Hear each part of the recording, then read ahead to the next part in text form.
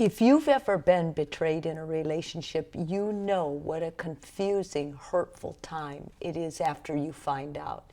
You're usually obsessed with finding out what happened. You may be angry, you may feel rageful, you may feel so sad and lost, like you can never trust again because you've just lost everything.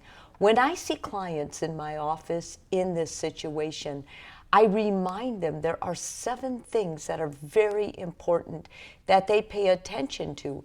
Those 7 things are usually the questions they ask themselves. So I'm going to try and run through those very quickly, all the while keeping you in mind and trying to give you advice, good, solid psychotherapy advice that will help stabilize you and go forward in a way with a clearer mind that you can really work with a therapist and work with the situation at hand. The first question is, should I stay or go? You're going to ask this question right away because your first impulse is going to be you're going to want to leave. I'm going to encourage you not to do that. The reason is because only 2/3 of relationships where one person cheated actually go on to divorce.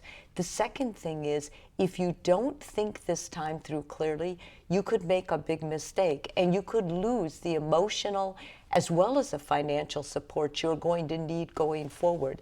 Plus, if you have kids, you have to understand this is a huge taking on your part, and you don't ever want to appear or look like you can't handle what is actually realistically happening. The second question is, can trust ever be restored? Yes, it can. It can be restored. It takes a lot of work. It takes years. It takes good therapy and homework assignments, but you can do it. And you can even tune in to my website, maryjorapini.com, and download some of the homework that you'd be expected to do with myself or any other therapist. Thirdly, was it my fault that my partner cheated or betrayed me? No. Your partner's decision to cheat was a choice they made. They weren't forced into it. You may have contributed to their making that choice by enabling bad things that were happening, not paying attention to problems, sweeping them under the rug, or allowing them to disrespect you for a long time without making a very clear boundary.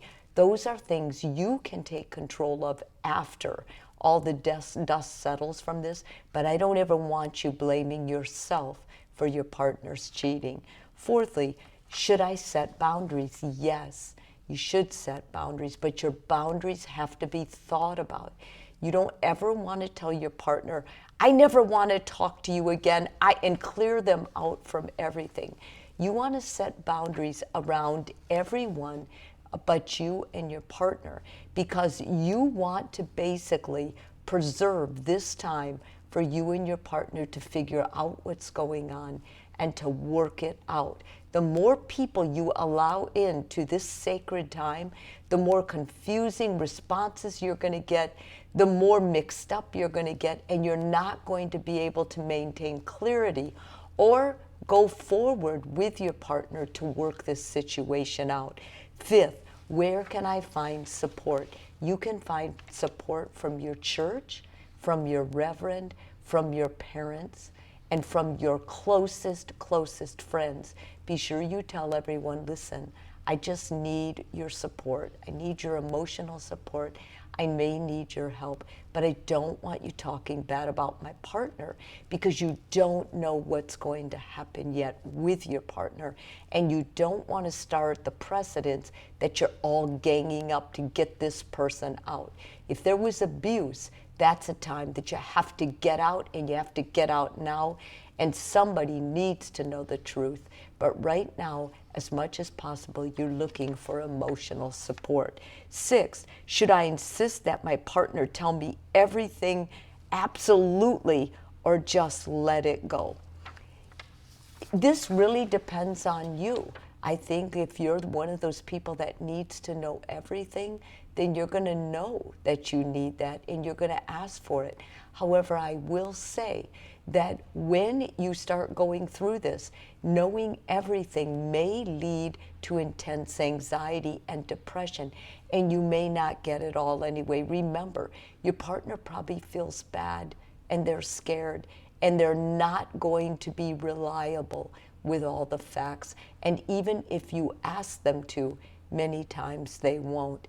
And lastly, how much, if anything, do we tell the kids? It depends how far you are along in the proceedings.